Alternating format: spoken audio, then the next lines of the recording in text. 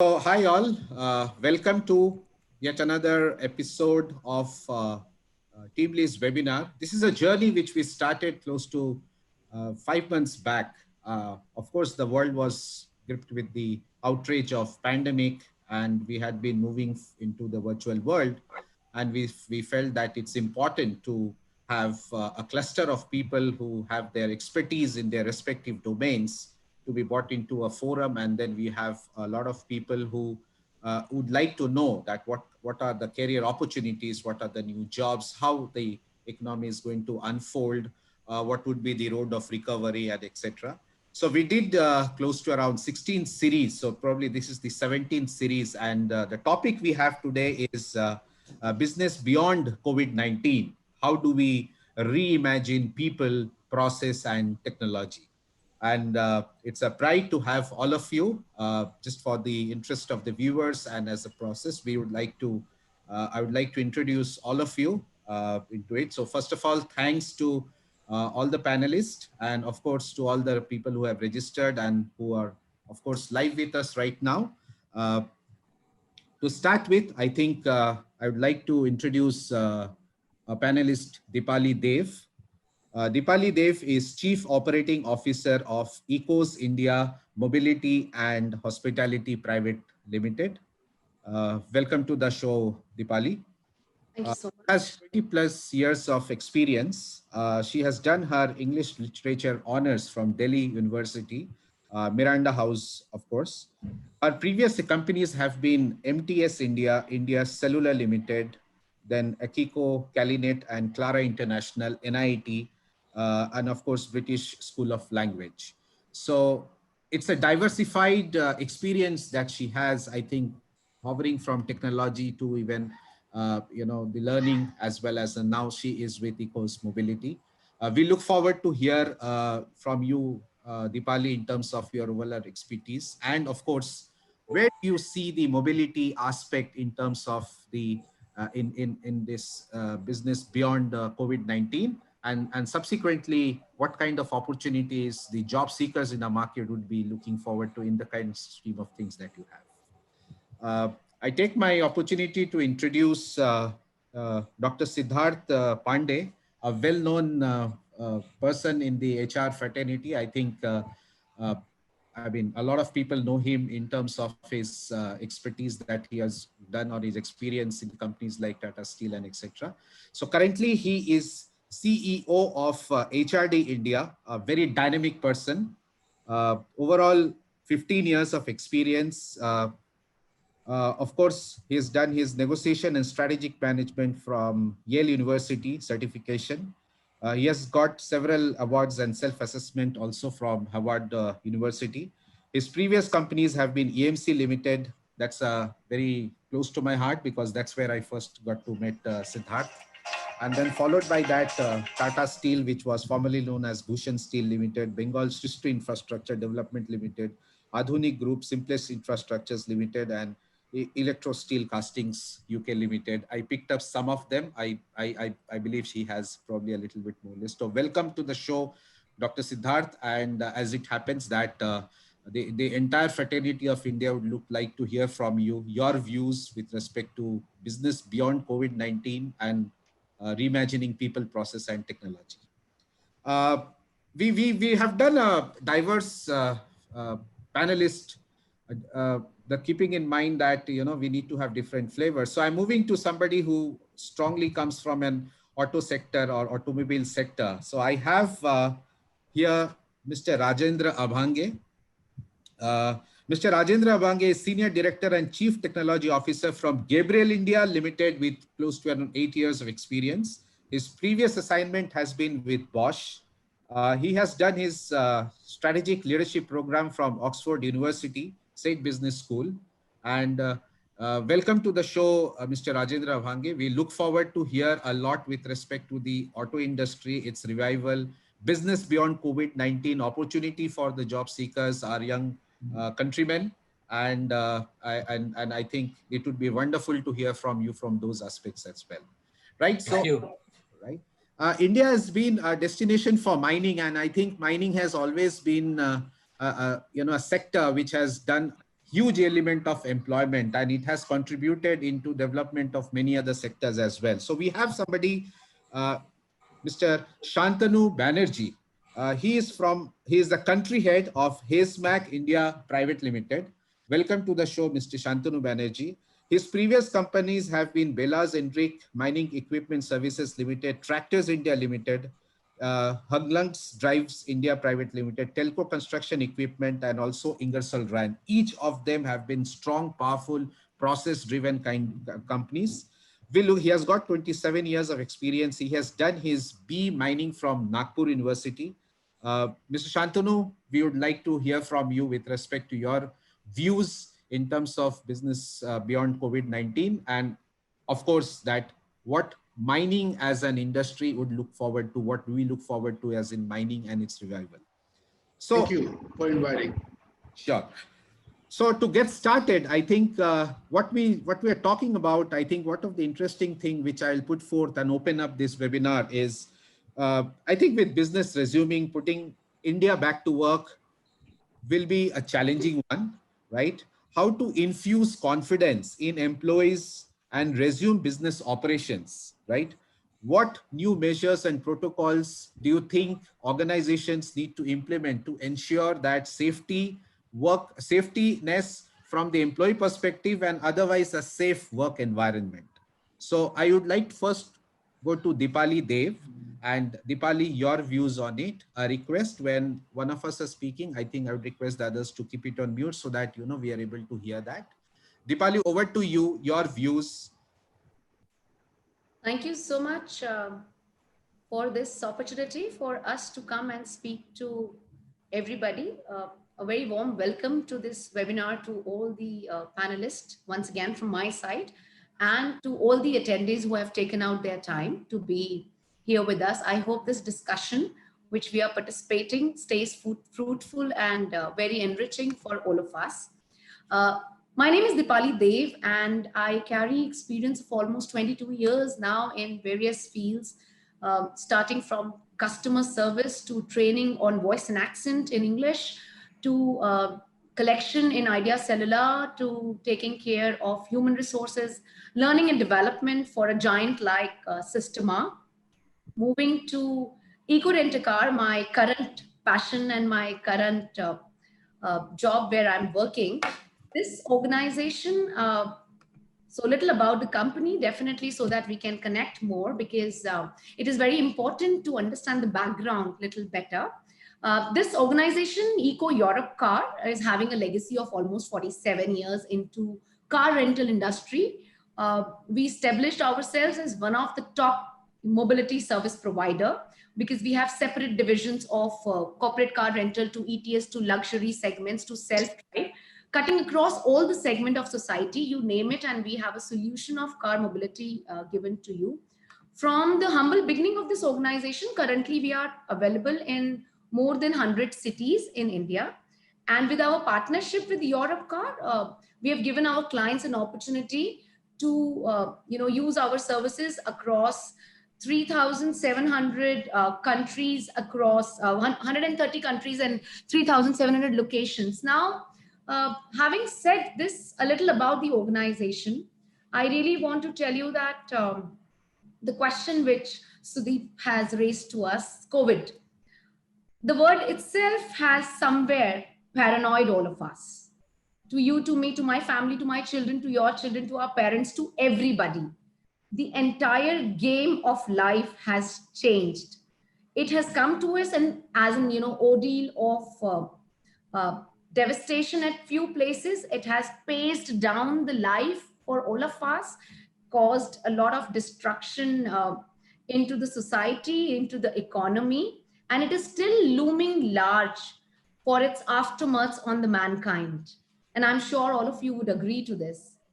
However, it is also a very paradoxical quote, which you might have heard, and I really believe in it, that, man is the only creature who refuses to be what he is. So once again, mankind has taken all its strength to come back, to restart, to relook, to reboot, something which you all are participating, called as putting India back to work. So the most optimistic word out of this title for me as an individual is back to work. We were slipping somewhere, we were feeling sad, gloomy, low. But as men refuses to take it, we are again fighting back and coming up. It is a very, very optimistic move that TeamLease has taken to set up this webinar, talking to people, sharing experiences. We all know the negatives. There are some positives also of COVID, which is we have learned to value our freedom. We have learned to respect relationships and become more collaborative. We have innovated so fast that this space, no CTO, no CEO in any organization could ever get, the kind of innovations which you must be seeing around you, the kind of digital experiences we all have, suddenly moved. It has made us learn adaptability, and all this has come because we have shown courage. I follow Sir Ernest Shackleton, and I believe that by endurance we conquer, and by endurance we will conquer. Today we are sitting on 8th of September 2020. This day can anytime be marked. We will just be talking about the best experiences out of COVID after some time. What can an organization do? All of us are professional. Most of us are actually the people who are doing the things in the organization to combat COVID and its issues which we have. The kind of industry which I am right now, we are into ground transportation. We provide you a car which takes you from your house to the location. It can be a vacation, it can be your office work, it can be any other kind of desire. When you want to travel, what have we done? So for the employees are very, very important. And we have also done exactly the same things which most of the organizations are doing, which is about ensuring, the sanitizations are done, the fumigation is done. We are ensuring that the policies are top up, all kind of medical support is available. Nobody in the organization should be left untouched with a medical cover. I'm sure these things you are also doing, because the employee always have these kind of things in mind. Is it hygienically clean? Is the safety there? Is there any ostensible threat which I might have? The protocols, because it is very impetuous travel industry right now. It is very, very important to ensure, first of all, the employees are feeling safe. I believe that there are two aspects to safety, to any kind of protocol. One is rational, one is emotional. When we say rational, it is very important to take care of the givens like medical aid policy, like hygiene, safety, protocols, ensuring that is the travel really needed? Why do I need all my employees to come back? COVID has taught me this also, just work from home and do the best. So that is something which we are doing for the employees. On the emotional front, which is very, very important at this point in time, and this is a message to all the HR leaders here. I'm sure you are well versed with it, but it is very important to lead by example. If you're asking your employees to come, put a rotation to the leaders of the company also to come to work. Give time to people to adapt to new normal. We are asking people to work from home suddenly. Maybe they will not be comfortable. Maybe the tech is not supporting. Maybe they are not that comfortable within the premises of their house. So, time for people to adapt. Last but not the least, for rational and emotional, for the emotional, empathy is very, very important. It is very important to connect. Out of sight should not become out of mind for us who are the leaders in the organization. We have to constantly connect with our people. The protocols, these are the things which we are doing for employees. However, I have a little more interesting thing to share with you, that in my organization, employees are very less. We have the employees as chauffeurs. They are our partners. They are the drivers who are next door to your house. When you walk down in the lane, any one of you, when you walk down in the lane outside, do you see those small taxi stands? Those drivers are my partners. It is very imperative for us to connect with those drivers, because those drivers are going to give you safety. So as an organization, we have followed all the protocols, how many people should sit inside the car, what kind of fumigation should happen inside the car, what kind of mask should be there, the car should be decluttered. All these protocols, the isolation cabin should be there in the car. There should be no touch between the chauffeur and between the driver. However, we have really, really focused on something which is one word, and you have also focused in your families, and that is behaviors. It is very important to ensure that we are giving the right training on the behaviors. Here, learning and development, which is a facet of HR, comes absolutely in the front play. And it is very important because these drivers are, what is their education qualification? They are 10th, 12th, at times even lesser than that. They just have a skill of driving. But at this time, I don't need driving. What I need is safety, security, that compassion towards the guest. So we have invested hours and hours and hours, and you will be amazed. India has really changed. All my drivers, a fleet of more than 5,000 drivers, are today exactly on the same platform on which you are, be it Zoom or be it Google Meet. So it was very important. We were really thinking, how can we make a difference in your life? Because even when I sanitize the car, even when I ensure that everything is falling in place, but if the person who's driving the car is not following the protocols, it will become difficult. So for the employees, it is very important to keep the rational and the emotional, both quotients in mind, so that when we are calling our people to work, we are ensuring that their place is clean, sanitized, spick and span, protocols are there on the wall for them to read, to reiterate, to give them messages. Communication is never less. So keep communicating to the employees. For the extended arms, which are my chauffeurs, which are drivers who are actually touching base with you, driving you, each one of you, it was very, very important for us to think about how do we ensure that we give you a product which is running on the road, still safe for you. You should feel more confident because there is nothing more important than health. So these are the protocols, these are these practices which we have tried setting up to begin with, Sudeep.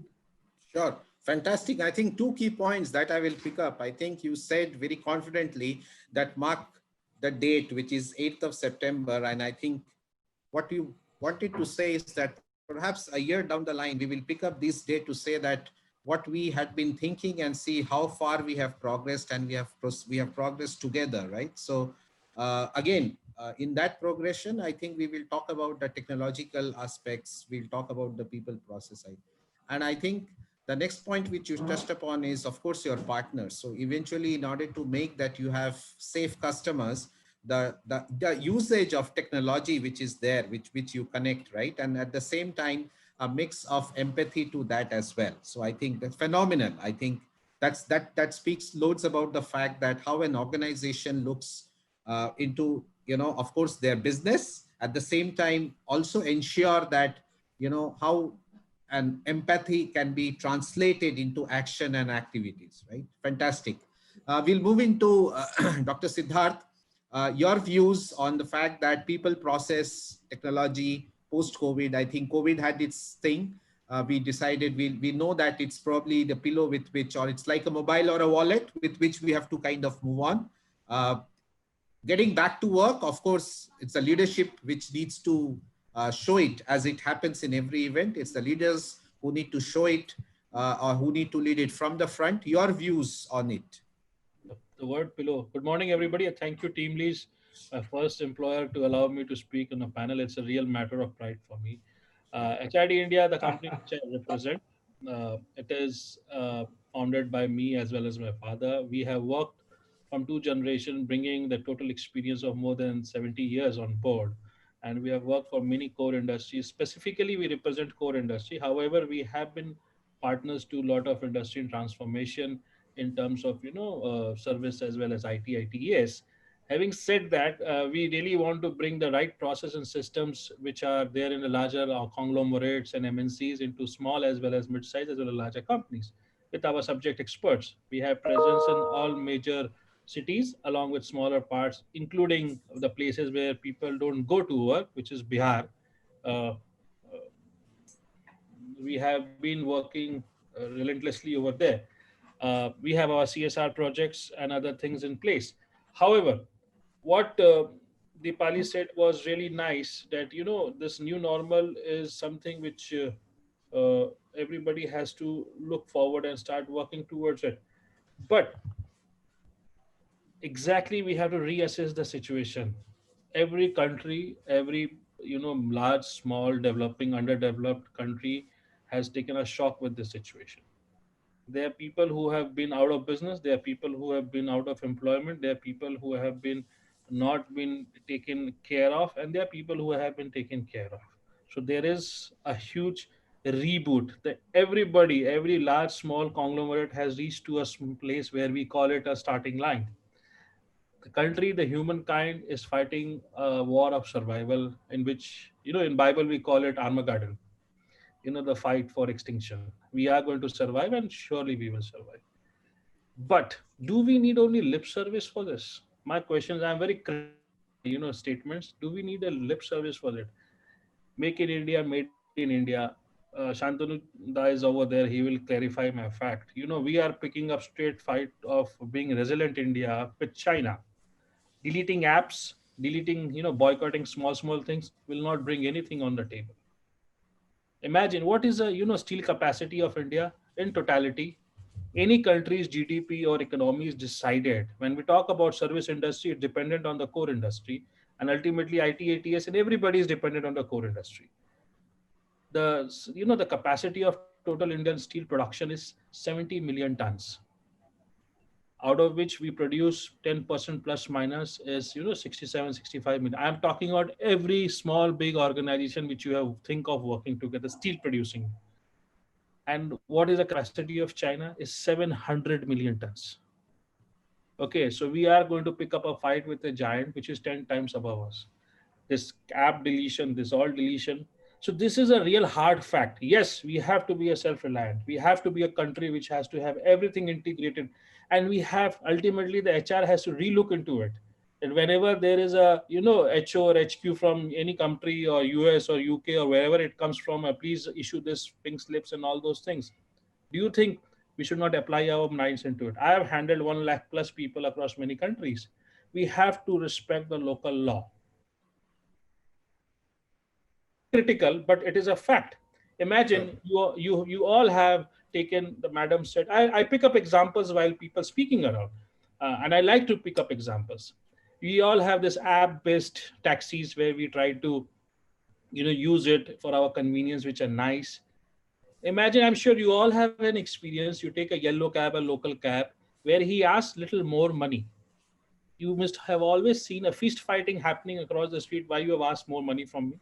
Why you have asked, this is not a meter charge, this is not a that charge, this is not XYZ. There is a discussion over this because that is a peak time. But on the name of surcharge, on the name of a peak time, on name of something, if this app-based industry slaps abnormal charges on you, I don't want to name the. I'm sure you all are experienced. You have seen this.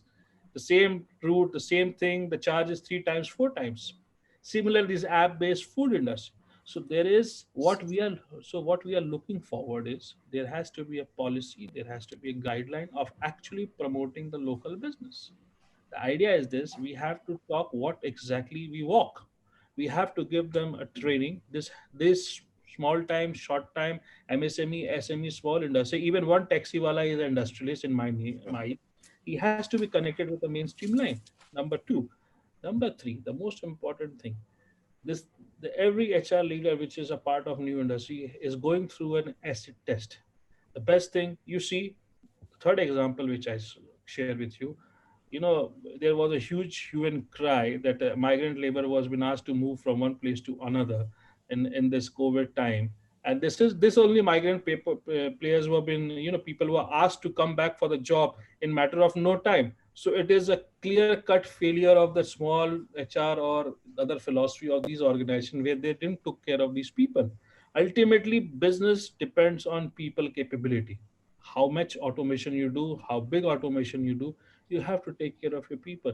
And the HR leaders have to really talk the walk. They have to think what they have to actually, this is the right time. A few years back, people were talking Sure. about the HR role will be there or not. Because the biggest problem that HR is facing today, it's missing this human face. It cannot be a spokesperson from the management side. It cannot be a spokesperson from the employee side. It cannot play like a trade union leader. It cannot be playing as a person who is only talking about the management angle. It has to play its first and the primemost role of being a bridge between employee and employer. and they have to, if they become, because they are custodian of human capital. You Absolutely. you So, cannot. You Siddharth, I want to. think in the paucity of the time, we'll move. It's a great points that you kind of bought Sure, into. sure, We'll sure. move to Mr. Rajendra. Mr. Rajendra, I think quickly two, three important points with respect to the fact that, we're talking about business beyond COVID-19 in terms of reimagining people, process, and technologies. So, in this quest of kind of reimagination, where do you see the three things kind of connecting together, the three dots getting connected together? Yeah, so because of the paucity of time, I'll just make my point very quick. First of all, the company that I work with is Gabriel India, is Anand Group company. And we are India's number one shock absorber manufacturing company. Are you able to hear? Oh, There is a kind of echo in your Sudeep, can you hear voice. me? Yeah, there's a kind of echo in your voice. Now it's better. Okay, just a moment. I Yeah, it's had, better now. Continue. It's better now. yeah, yeah. So we are India's number one suspension shock absorber company, and we have been figuring out in Economic Times review as a great place to work for years together. Not just 1 year, not just 2 years. For several years, we have been a great place to work in India, and there are very few automotive companies. We rub shoulders with Microsoft, Google's, and JW Marriott's in this event. And there are only one or two companies who figure out from the auto background, and we are one of them. We have women employment as our priority. Automotive industry has very less employment for the women, but we have challenged that to fundamental, and we have been employing women on the shop floor. We have some of our plants where we have 40%, 50% women employees working on the machines. This is one of the hallmark of our company. And most important, that we do not follow the model of a unionized workforce. All our employees are like you and me. There are no unions in our company, and there are no people we have red flags out of the company. Everybody is engineer who works in our company, also on the shop floor, and we call it as the operating engineers. So we hire from the young graduates or the young diploma holders, recruit them, train them, and they come in, they work, they deliver, and they grow out and they leave. So even after 55 years of our company's existence, our average age of the company is just 26 years. That's because we have this very unique model of working, and it's something which is patentable, almost a successful model since the last 2 decades. So having said that, post-COVID, we all have, many of you have talked about it. I think Deepali spoke about a very fine point. For example, she said, out of sight should not become out of mind. It's absolutely true. And because we are in such a terrible times, and never ever we had imagined, remember, thinking about it. We never ever thought about this kind of a situation will come. And Siddharth spoke about the minusculeness of our country. And I also completely echo with him. China, 700 million tons, and we are just 70. And I would like to give a corollary to car industry. We just are just 3 million units. China is 24 million units. I mean, no comparison, absolutely. So we have a long way to go. Coming very specific to the COVID topic, that when we began our operations, because we have the hostels and we have all this management for these young kids, they live in the hostel which we provide them. So we had to make lots of effort to see that they are not getting infected. They're living in one community type of thing, and they're far away. People are coming from Orissa, people are coming from Tamil Nadu, people are coming from Himachal. They all live together as one family. And God forbid, if something goes wrong with 30-40% women employees staying in the hostels and all, it was a huge responsibility on we as a company, because to take care of these kinds of people was also our responsibility, not like other companies that you have your homes. So 80% of the employees live in hostels. So taking care of the hostels, giving them food in these COVID times, and we were reviewing every day online what is happening, what is the Arogya Setu status of each one of them, are there any abnormalities, and are there anybody falling sick, Is the temperature monitoring happening? It was like, the care was taken as if everyone was in ICU. So those 6 to 8 weeks were absolutely for us. We were on the live wire. A hanging sword was on us. And as we started the operations, the things got eased out. The movement started, and now we are getting to work, which is getting used to the kind of new normal. And I think everybody is happy that our work has started full swing. Our office is full. Produced, probably we delivered August 19th. Our volumes have increased. And previously, the order is also, by God's grace, is also doing. So that's been this starting thing from my side. Little bit, Sudeep. Thank you. Sure, sure. Fantastic. I think you spoke about, I think, the orders, you spoke about the revival in the real sense. So I would like to go across to Shantanu. Shantanu, quickly, I think, now that the impact and the outrage has its impact already, right? Where do you see business improving? Where do you see the business, which is very important? And of course, employment is related with it. So in the mining industry, how do you see the revival? Yeah, actually, this is a very typical situation, and the COVID-19, irrespective of our age, uh, we none of us have actually experienced anything like this prior to uh, this kind of a situation. But nevertheless, we are reopening and reopening pretty fast, which is a very good thing. And we need to keep a couple of things in mind, that the safety protocols which are there from the authorities and the experts needs to be followed for our own as well as for our existing workers, where we do not create an issue by the reopening. That is my first submission. And as such, entire this COVID period, the mining fraternity was always open, because it comes under the essential services. So it went on, and yeah, initially we did not see any issue, because the spread of infection was quite less. But nowadays, we are facing the problem of stray cases here and there. But yeah, uh, using mask and daily temperature monitoring, or the possible social distancing, uh, these are the things which are paramount importance today, and these needs to be maintained in the industry to go further. And with this, I can say that there is no dearth of people actually coming back to work. People are willing to come back to work and do their best. Only thing is that what an organization can give them a kind of a feeling of safety is very important.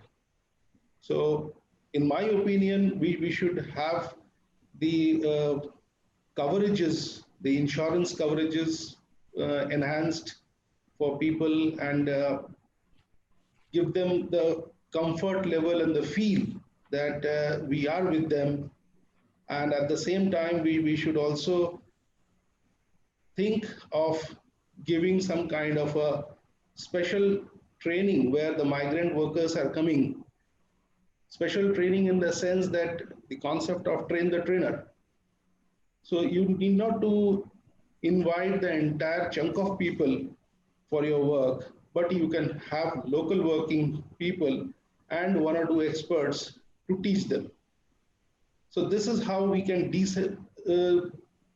decentralize the whole thing, like the today's problem of migrant labor, who are some of them are willing to go, some of them are not willing to go. So this can probably create a situation where they get the feel that they are important and they are being taken care of. Having said that, we should also try and engage with the families not only the workers or not only the employees. We should look at, the HR should look at the possibility of engaging the families and probably start something new to give them a kind of some kind of skill set training to the housewife, maybe to the kids, who can be self-sufficient in the days to come. So this kind of initiative will also engage the employee and the employee will feel at home. So that is another part where I see a huge potential is available. Similarly, with the kind of situation today, I think company HR should look into more on the soft skills rather than hard skills. And those who were in general, like some kind of clerical, they should uplift them by giving some kind of training so that they are master of something, at least in one direction. They know that job in a proper way and develop a lot of soft skill on them so that they become more effective and more powerful for the organization. Great. Okay. So I think one of the important factors is, and I think we would like to focus on that beyond, right? I think the title itself is Beyond COVID-19. So I bring up on the next important point, and I think I'd like to start with Rajendra, future of work, right? So, I mean, as I talk to you, there are close to around 80 odd people, participants who are there live with us. How would future of work be, right? I mean, from the aspect of your industry, your company, what do you foresee as future of work?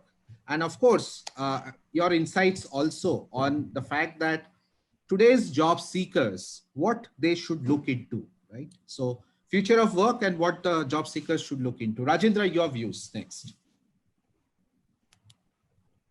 You're on mute. Sudeep, can you repeat your last sentence? Yeah, future of work and what the job seekers should look into.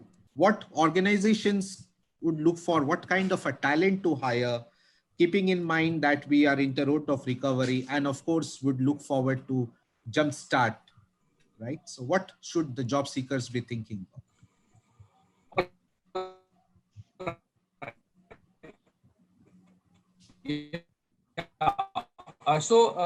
Again, because of the paucity of time, I will be to the point and very specific to this question. Right. First and foremost, we all have to understand that this is not the first time we are seeing, the reasons are different. Each time the reasons of economic meltdown or economic downturn are different. Okay. The only point what is different at this point is that at this point of time is there's a factor of fear of life, or even the extinction of humanity.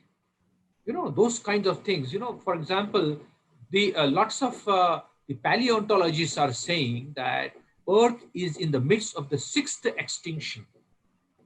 From the time it formed 400 million ago, today this period is a period of 6th extinction. And the 6th extinction will not happen because of the natural disaster which all the time happened in the past, either volcanoes or some kinds of the external things coming out on the earth, meteors or those kinds of things, and the whole earth got destroyed.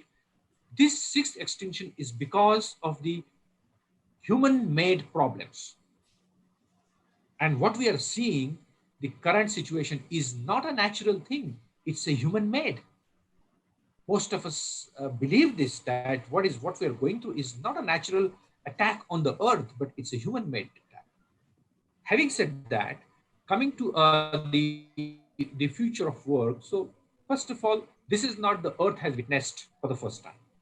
So we have seen world wars, we have seen so many things. We have seen Great Depression. 1999 was the first one I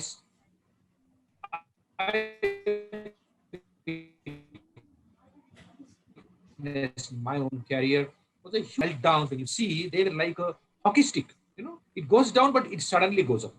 So for that matter, 1998, the Lehman Brothers case study, and overnight everything happened. 64 trillion economy went down to 63 trillion. Within a year, it went to 66 trillion. So today's 83 trillion, I believe it will go down somewhere around 80, 81 trillion this year, but it will again get back to normal. So those industries, those companies, those organizations who have ability to withstand in these tough times, they will see through the hockey stick upward trend for sure. Those who do not have the vision for the future, those companies are going to get wiped out. For example, sacking the people, one of the worst things that some companies have done in this period.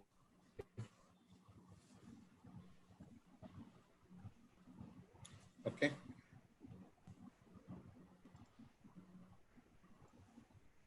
You cannot stay for long. Sure.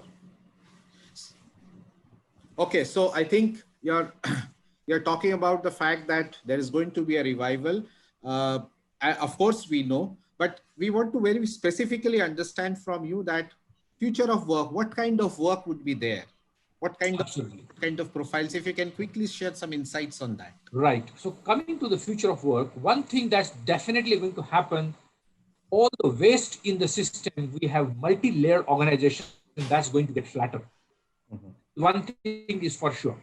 People have understood in this pandemic or this COVID lockdown that lots of things can be done without doing many things, without employing unnecessary people, without employing and having unnecessary kind of the bureaucratic systems in the organization. So all this all will vanish. Look at the IT companies, they're talking about work from home being the new normal. Okay. And they will, what will they do with such huge buildings and other things? So work from home kind of thing, or situations like flatter organizations, more efficient organizations going to be the way forward. Towel, you know, a wet towel is never dry. The more you squeeze, the more you get. And we have experienced it post-COVID. We have done so many cost reduction measures and it is still not over. We thought it is over. Every time we think it's over, but it's not over. So way forward is that organizations will get leaner, they will get more efficient, and the job seekers will have to have new skill sets.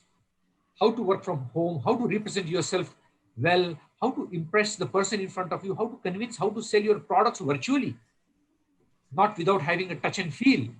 Those are the kinds of skill set we all have to acquire. Fantastic. Fantastic. I think virtual skills which enable you in order to present yourself virtually and adaptability of that particular thing, what we have always seen face to face to the virtual thing. Fantastic. Deepali, your views specific to your industry, where do you see future of work, right? And in terms of people, process, technology, of course, it's a new age industry. Where do you see more employment happening in your industry? Your views on that? Right. So for mobility specifically, my views are that cost will remain as the king for coming another decade because it is going to take time to bounce back on the economy. And Rajendra has very clearly said, and it is so apt also, people will look forward for leaner, much thinner organizations. All those bureaucratic systems which were existing will not be existing anymore. We should be hiring, if I talk about this industry, we will be requiring people at two levels. Definitely people who are driving for us, our chauffeurs, we really cannot make them leaner. One chauffeur will drive one car at one point in time. However, more adaptability for them also will be needed. It is very, very important that whosoever, so two layers of recruitment, I guess, would exist. One is the key SME, subject matter experts. Those can be the technical experts in any industry, or those can be the chauffeur, for example, for my industry. That is a recruitment which will exist. For the rest of the setup of the organization, it will be much leaner. We have already transformed into a much leaner, environment, because cost will remain as the king. For the benefit of and for the survival of the organization, it is very important to keep the cost at the core. The key skills which I will look forward, other than the SME roles, will be definitely thorough leadership. We will be looking forward for people who should have leadership and entrepreneurship spirit at every level. Even if somebody is an executive, It is very important that we hire people with a mindset who can take ownership and not only stay focused to one kind of, that's my job kind of a routine. Adaptability, flexibility is something which is going to be for all of us, be it work from home or be it working across the hours to ensure data bandwidth, because these are the crises which we are going to face very soon at very large. The next skill which will definitely be required will be tech savviness. It is very important now people to move and find that method in, and that is about tech.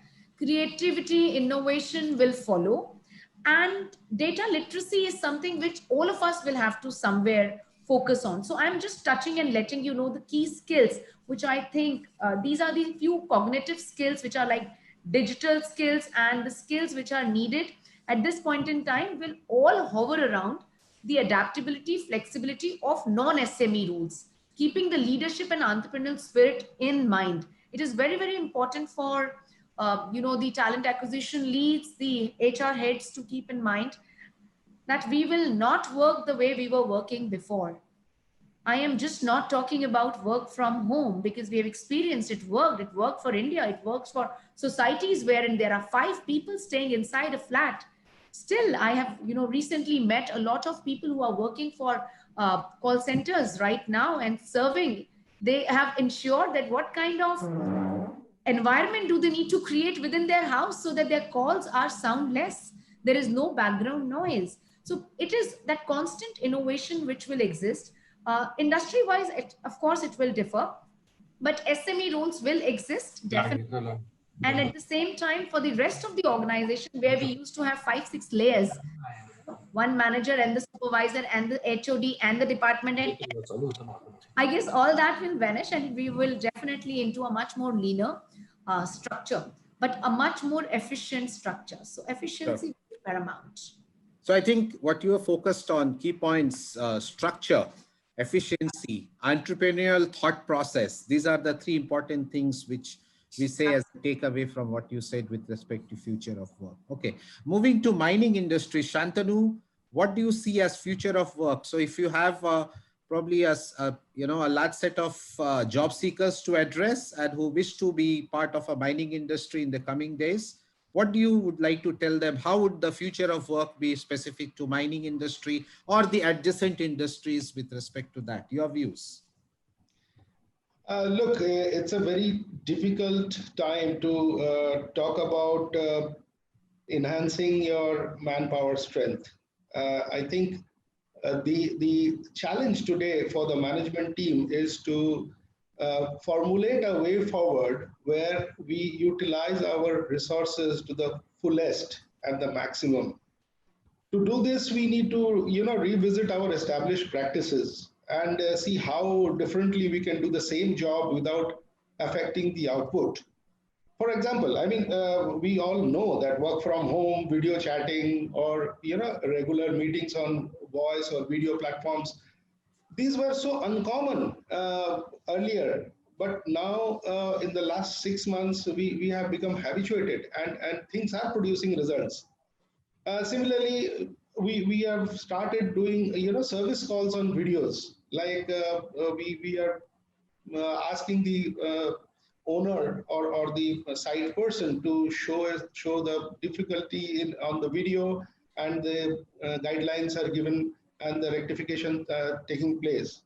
Similarly, we are also looking into technology front, where we can put CCTV cameras or remote data monitoring for 24/7 monitoring of the machine's performance. So these are the initiatives which are going good, and people are accepting that yes, travel or a drop of a hat is not possible.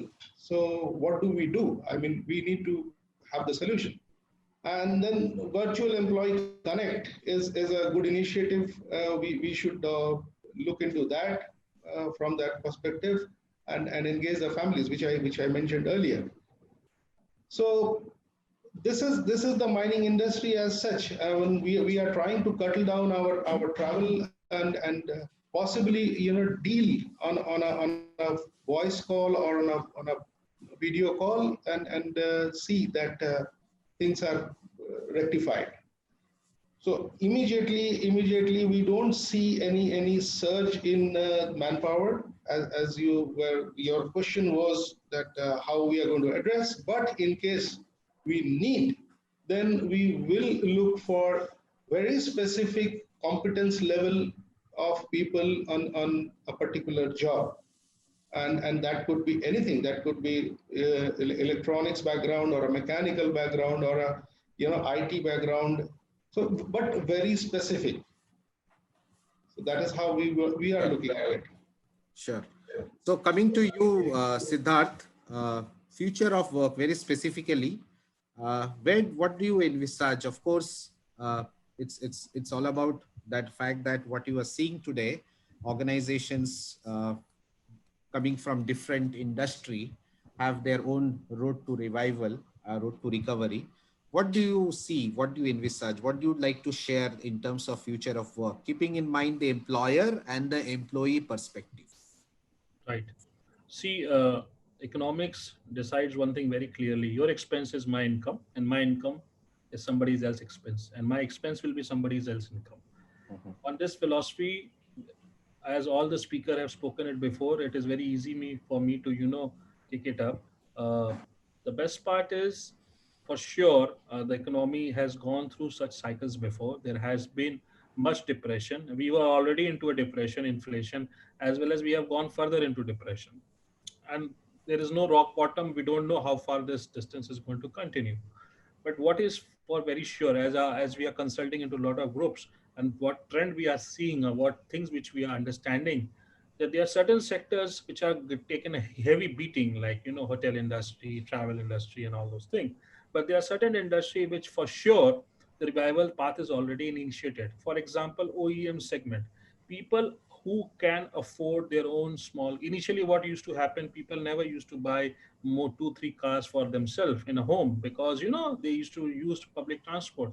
They were very reliable and good public transports coming up in the infrastructure. So people who are going to afford their own small car, big cars, and all those things, they are going to buy these cars, and they are buying these cars. And so there will be a growth. For that, we need roads, we need infrastructure, we need fossil fuel.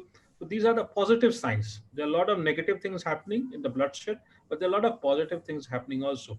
Second, just to give you an indicator, the second pre-owned car segment has grown up suddenly very high, because what has happened. These cars are ready to be purchased, and they are on a lesser cost. So people are taking it as a safer method. However, there are a lot of precaution being used by these companies which provide safe travel, but somehow human psychology of fear, psychosis, that if it is my car, it's like my private environment, private climate, I would be able to be more safer. These things are becoming more prevalent. So, and when there are more cars, more traffic, there surely the infrastructure things are infrastructure, roads, bridges, flyovers needs to be improved. And when these are things needs to be improved, steel sector, core sector needs to improve. So ultimately, people are started spending. What was happening wrong in last 3 months? People were sitting on their disposable income. Everybody was shocked, but it is not. See, we have revived my assessment is, this is going to pass by. We have seen worst in past. We are going to come out of it for sure. This type of epidemic has never been seen in my lifetime, in my father's lifetime, and nobody else. But we have other things which we have seen, the wars we have seen. So yes, these are my take on this situation. I hope Sure. rest of the panel can evaluate. Sure. Dipali, coming to you, digitization. We are talking about revival. We are talking about reimagining people, process, and technology. So when I pick up the word technology, I think digitization comes to my mind, and I think there has to be a lot of technical investments which organizations are looking forward to. They must have planned, some are executing, some are yet thinking deep into it. Digitization and technological investments. These are two very important points. I think some of our friends who are there who have logged into the call as well and are live watching us also have these thoughts or rather the questions in the mind with respect to digitization and technological investments. What do you would have to add to that? Certainly, cost will remain as the king, as I've already said. However, when we get into the digital mode, we make an investment initially, and then it definitely pays back many folds. So I'll give you an example. Uh, a car which is running, we have all witnessed Uber and Ola, but that is only for the B2C. For a more reliable, for a more quality, for a more dedicated kind of a service, you require a chauffeur to be coming and picking you up. We had never imagined, as I've already given one small example, which is about bringing everybody, the chauffeurs, the drivers, on the apps. This is a small example. Moving to the next one, and this is just another thing which I want to add, that it will save on to the cost in long term. So how will it work? The app usage, the OTPs. So, for example, we have moved in our organization, we have moved from all those paper and pen duty slips, which a driver will give it to the guest and the guest will sign. And what was happening? A paper was getting used. A lot of courier charges were coming into. We made an investment, and it was also definitely a threat because a paper can carry the coronavirus. We wanted to give more safety to the guest. We initiated simple OTP, which goes inside the guest mobile numbers, just like your bank OTP. So yes, it has taken some amount of investment initially, but imagine in long term, it is a set process now. This is just one example which I have tried giving. Automations, innovation, digitalization, all this definitely has a cost to it. But when it runs over a period of time, it not only brings the larger cost down, but it also enhances the user experience. It also enhances the manpower cost. It reduces it. So we all have foreseen it in our organizations, in our careers, in our professional environments. This is something which is the call, which is going to happen. Internet of Thing came some 20 years ago. We never started witnessing it. Today we witness it. The kind of network which I have on LinkedIn, I means we all, the kind of networks, the kind of friends. I was maybe born with 2 friends initially, but today I have some 800 friends. All are virtual, but friends are friends. So, of course, it is going to take some time. It is all of a mindset change. People, the entrepreneurs, the owners, the managing directors of the organization, the CTOs will have to put in more and more and more thought process to this, that this initial investment, whichever league it will be done at, whichever level it will be done at, it is going to give us many, many Sure. results. And organizations which will not do it will get, backlash for this in coming time. So it is very important to move with the VUCA world. It is very important to move very fast with it. That is it, Sudeep. I hope I'm Great. Absolutely. I think you picked up the right points. I think specifically, I think the digitization, you spoke about the OTP. I think, it's a thought around things. And of course, yes, there is an investment, I think, but in order to see scale, it's an initial investment in order to see scale, right? Great. So coming to the auto sector, Rajendra, this question is for you. I think digitization, we are talking about specific to auto industry, which is called as the smart industry 4.0, right? Smart industry, smart factory 4.0 and all. Having said that, a lot of people would like to know as a job seeker that how do I make me ready for a smart factory 4.0? What kind of opportunities would be there in that kind of environment? So can you share some thoughts on that? You're on mute, sir. Yeah. Sure. Auto industry is actually a high-tech industry in terms of managing complexities, managing material, managing supply chain, different tiers. It's a huge industry worldwide. I would say over 500 billion, $600 billion industry, and one of the largest employer. Industry 4.0 is a new buzzword. We are in the fourth revolution of the industry. That's why it's 4.0. First being the looms that started way back in Manchester in 1886 and all that, followed by mass production and then CNC, computerized numerically controlled machine. And now we are into 4.0, which is called as basically the cyber physical systems. Now, way forward for our industry, this is the future. The future lies here. Okay. Whether you're a small company, I was just delivering a speech with Godrej just last week, exactly on the same topic. And many people ask the question, how can we, the big companies can adopt, but how can the small companies adopt to Industry 4.0 and digitalization? Actually, the small companies are better candidates to adopt Industry 4.0 because they need less investment and they can form a cooperative of certain things like a central server or a cloud service. They can hire as one group of companies. And then it is very cheap, actually speaking. And some of the projects that we have executed with our sub suppliers, the paybacks are less than 2 years. And as I think somebody has just said, the quality of experience that you get out of it is phenomenal. There is no human intervention. You see, wherever there is a human intervention, there is a mess at the end of the day because humans don't think same. Machines think the same. Robots think the same. We had some of our lines running automatically even during lockdown period. There were because it was just one person needed to feed the material.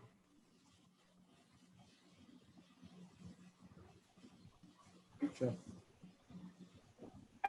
And we could still make some complete some orders even during and India. They have got in some factories more robots than people. So for our kind of industry, which is a very forward-looking and very the expectations of the consumers are going up every day, and nobody tolerates even a small inferior thing in an automobile. Believe me, if you are having a car and you buy it today and after 2 days you start hearing some noise, you will just go and give the keys to the dealer to tell him you please take it your car back. That's the level of intolerance the people have reached. And with these human ways of using nuts and bolts and spanners gone on the days. We have to embrace technology, digitalization. Personally, I have been on the panel of CII for digitalization, and I would have spoken about this topic in last 12 weeks. Every alternate day, I am a speaker. Every alternate day, just believe me, and the topic is digitalization and Industry 4.0. So that's the way forward, whether you somebody likes or doesn't like, but this is going to be the way forward.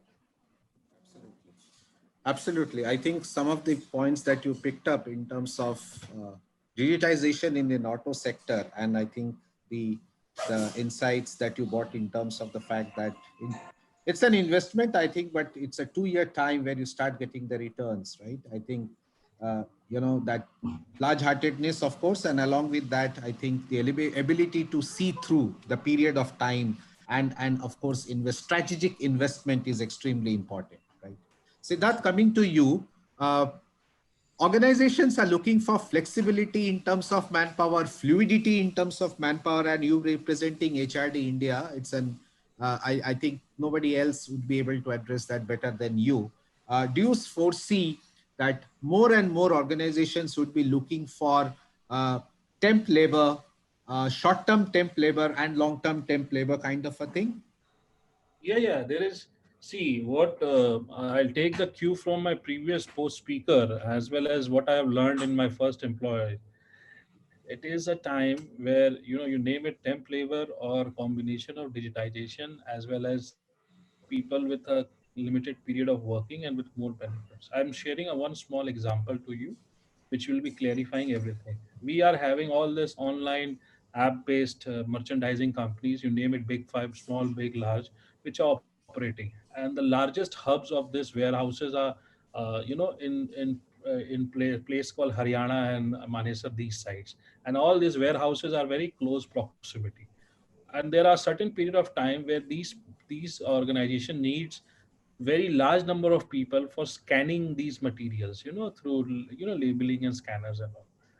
We and the problem with them was that they cannot have us, these people are not required for round the clock 365 days or 3 4 years. It was for 6 months, 7 months, such assignments.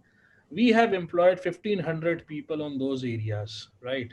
And this has been a fantastic small experience which I am sharing. The most satisfaction which brings to my heart is that in this era where people are losing job, we have become a reason for people to get little job. 1,500 is not a major number, but these 1,500 people who have lost their job, and these people are which people? They are people who are very correctly mentioned 10, 12, or undergrad, who were initially working for some security company or otherwise companies, who have been using their small skills of reading the label and scanning it. That's it. That's it. So there has to be thinking out of the box. There are solutions which are readily available close to your, we have to really take out our degrees from our, we are not supposed to always make things very complex. Modern management says makes things easy, as much easy so the last leg of your workforce can understand it. Yes, this is a combination of digitization as well as this is a address to a situation where people are thinking that this is a misnomer, that if you do a digitization or automation, you are becoming a reason for unemployment. That's not. India is 130 crore big country, and there are going to be opportunities. So bringing this, and I am using this combination, and there are huge requirement. We are not been able to meet the requirement. We have been growing multiple folds, but because of what? Because of a combination of addressing the situation. See, the ultimate thing, as the beautiful part is HR people are making to the boardrooms, or they are trying to, or they are driving the businesses, and they are seeing the beautiful part of this concept is HR is something which understands very well where is a pulse. If you delay a salary of your employee by even a day, he or she will have a problem. It is known to everybody. And there are many organizations in the country who have delayed the salary. But when HR is driving these type of roles, they will address it with a human heart. So this is my take on your question. Fantastic. Fantastic. I think very specific example that you spoke about. And I think very clearly you told about the fact that it's a myth to say that digitization will lead to less of jobs or loss of jobs. It's rather the other way around. With the kind of a population that we have, it's going to create different kind of new jobs and more jobs, right? So this is a question which I'm coming back to you, Mr. Banerjee. I think it is often in the job seeker segment or probably even the employee segment, it is often said that they say, or it's something which vibrates in their fraternity, uh, with the fact that yes, it is important to be tech savvy, and organizations say that we need to be tech savvy and etc. But what kind of a training mechanisms, at what frequency are developed and adopted? So specific to mining industry, when it comes to tech savviness, what the kind of investments that has been made on employees in order to be take them to a better tech savvy person? Yeah, on the tech point of view, I think mining is not that very dominant, but I will address a similar situation for mining industry, which is basically see, we don't know today how long this situation is going to continue, or any similar situation will come in future or not. Hence, basically, from the business point of view, we need to look at possibilities to maximize the resources, which I initially mentioned, and look for small revenue generators and increase volumes. So that is what in the mining industry, majority of the companies are trying to do. Apart from routine businesses, we are also looking at few backward or a forward integration with the value services, probably in conjunction with our core business. All of us have a structure in place that we do have for years together, and I believe small and some meaningful deviations can give us suitability and sustainability in this kind of a situation. I can also say that the cash flow is of a paramount importance today for any company, and time to go. We need to look at our collections, receivables as far as possible, and we should be extremely vigilant about compliances with respect to not to part with any kind of penalties or fines for any reason which could be avoided. I mean, tax authorities or something. We should not get into any kind of penalties. Similarly, I think there is a situation where conscious business decisions need to be taken by the management, where to do business, where my 100% money is secured, where I can get the retention amount back. Otherwise, the if we take bad business calls, we can get into a negative balance sheet. So these are the basic things which we are doing in the mining industry, not very specific to the tech, but yeah, these are effective, and we are getting results out of these things. Back to you. Fantastic. I think we are having a fantastic discussion. Uh, so we are left with close to around 20 minutes time. We have covered some of the questions. We have an interesting thing that we do in this webinar. We call it rapid fire, right? So I'm going to ask you guys some questions, and it has to, I'll name each one of you, and I'm going to put those questions. Each one, and it's a very short answer, right? And it could be a word or could be just 2-3 words kind of thing and all. So I'm going to put forth to all of you people. But before that, uh, something which has come up from, I think, the participants, they have put a question to that. Across the country, there has been discussions which are happening with respect to getting back to work, or putting, as we say, putting India back to work, and otherwise. And Deepali, you touched upon this point as well. Uh, Work from home has also been a scenario where it has improved productivity, right?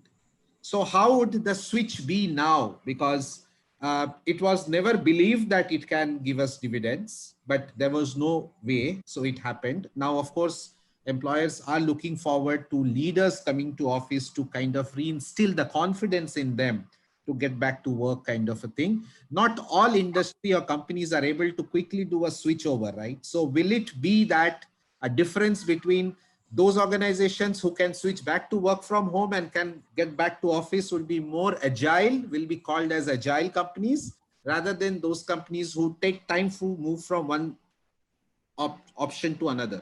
Your views in that, Dipali? Being agile and being nimble is really not about coming back to office only. It completely, now, since we have tasted work from home, we have never believed that work from home can work in India, specifically if I talk about India. But it has worked tremendously and it is working. It has its challenges, it has its negatives as well. However, being agile is adapting to something. Being agile and nimble would actually showcase when the organization is able to deliver on the given parameters with utmost quality, irrespective whether it is work from home or whether it is work from the office. Of course, there are few things which cannot happen from home. A better quality job can only be delivered for those kind of roles from your workplace. So in that kind of a scenario where you need more camaraderie, where you need more assimilation of thoughts, you might need to come back to office. Yes, leaders certainly, and I firmly believe this, in all the aspects, leaders have to lead by example. They should definitely come in front and start putting themselves on roster and start coming to office to demonstrate that it is not just an instruction which they are there to give, but at the same time, as and when needed, they should be definitely on the ground with their people. So leadership will play a very, very vital role. However, organizations will still stay agile or nimble even when they are wanting to work from any planet. It is the end result and a quality job that needs to be delivered. Absolutely. Rajendra, your views. I mean, you Yeah. agree to what Deepali said, and that's how it's going to be? Well, my answer would be a bit different to this, considering the industry we are into. You see, we are into the industry of moving the objects, assembling, then dismantling, packing. It's a physical work. And no matter what you do, we still need people to do these jobs. Okay. So for them, work from home is irrelevant. It is not possible that they sit at home and still somebody is making cars and somebody is dispatching the cars, or somebody is making components for making the motorcycles. That's not possible. So we call it as a, in the HR terminology, I think everybody knows it's a blue collar workforce. We have a large chunk of blue collar workforce, which is roughly 75-80% of our total workforce. That work from home is not possible. Even in current situation, we have tough times with our suppliers who are not able to get the people on work. All this migration has happened, have gone back, and they're not willing to come so soon. We have terrible times. We are not able to meet our demands.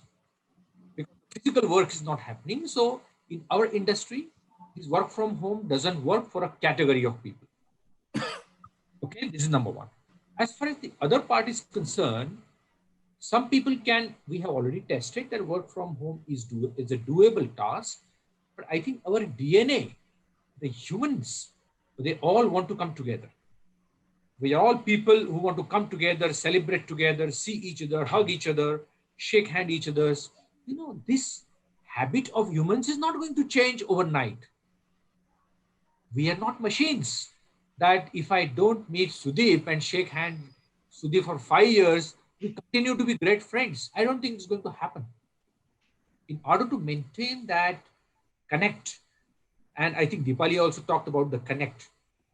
But isn't it the new adaptation that the world is looking forward to? I don't meet you, I don't shake your hands, but I can be with you in the social platform and virtual world and still be great friends. No, Sudeep, I think fundamentally man is a social animal. Okay. We cannot forget it, right?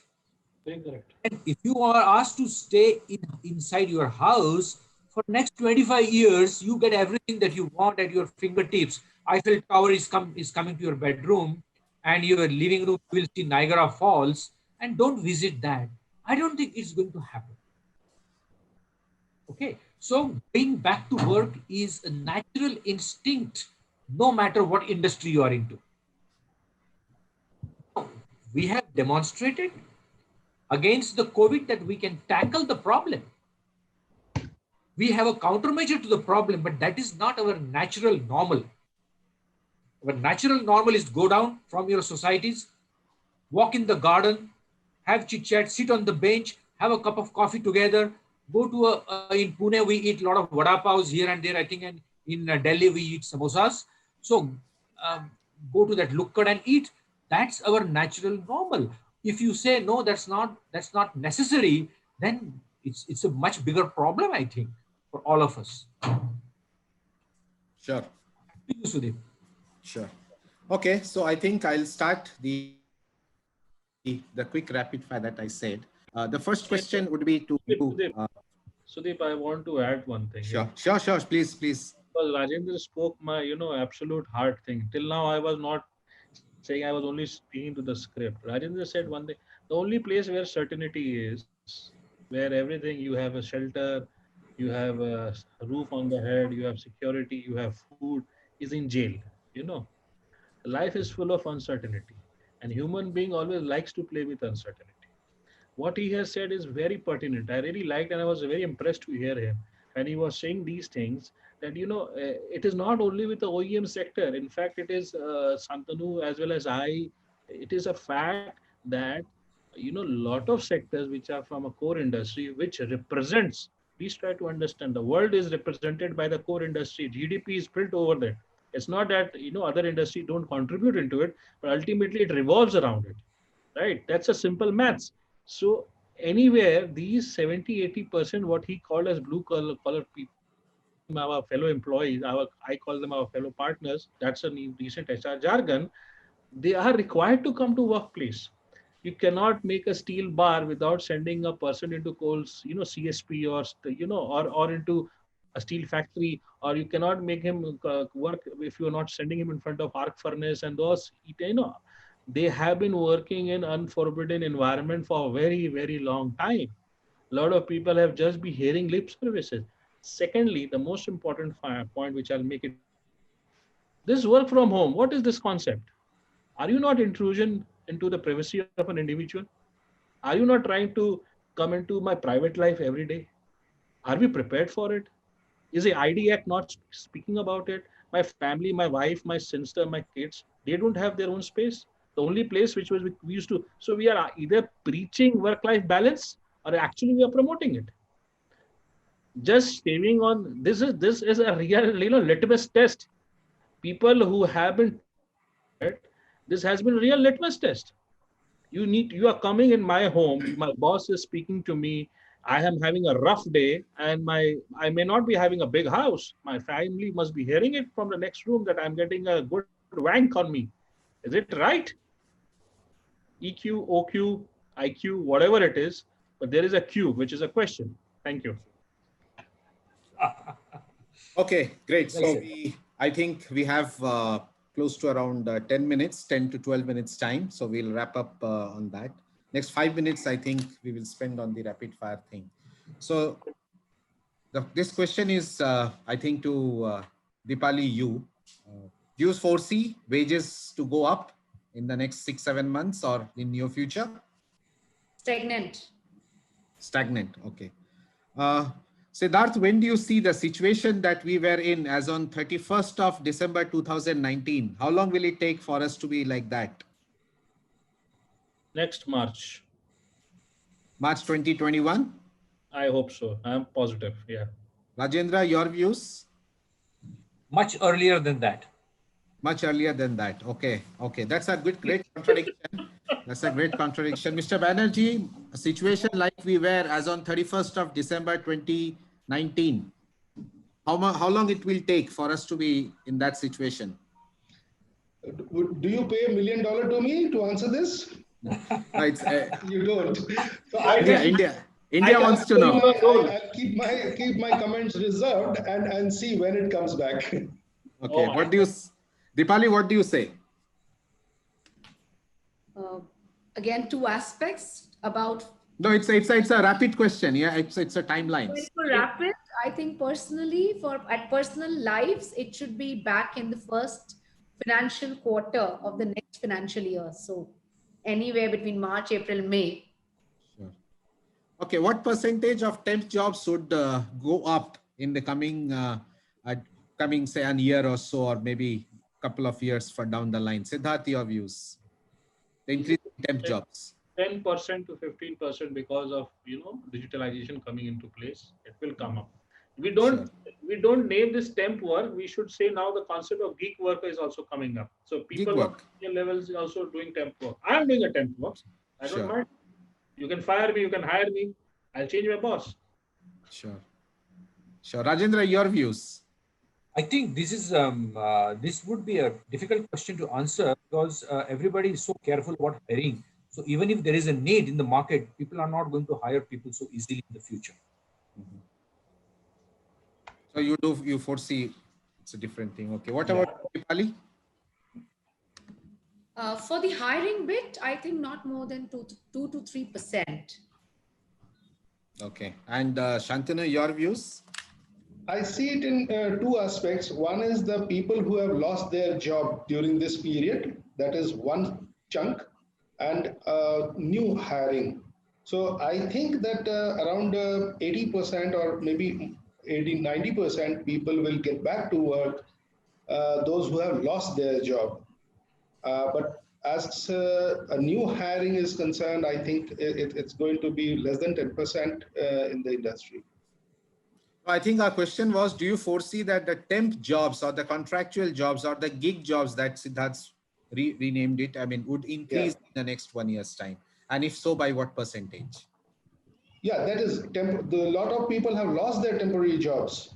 So Sure. I'm talking about that in one side, that is 80 to 90% will get back those jobs.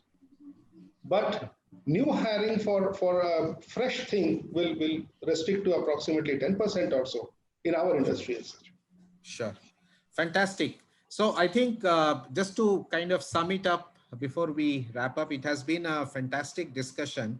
As I said at the beginning itself, that we have a diversified set of panelists coming from the new age and the kind of a traditional industry, as well as what you call as the transformation into smart industry, and somebody who kind of represents the HRD India and have got their views. So it was fantastic to have you all. I'm sure the viewers have got their questions answered. We had participation from both the genders. Deepali, you are a great personality. People definitely would look forward to hear you more in the coming days, and so is Rajendra, Siddhartha, and Shantanu as well. Of course, we have also addressed two kind of queries that came from specific a set of people from specific industries, in terms of the fact that what's going to be the change in the auto industry, what's going to be happening in the mining industry, and of course the adjacent industries. Deliberately, I think mining and adjacent industries, we had a lot of questions because this sector employs a lot of people in the bottom pyramid as well, right? So there has been turbulent times and kind of things. So it was fantastic to have you all. Thanks for joining the webinar, and we should be looking forward to have your participation in the future events as well.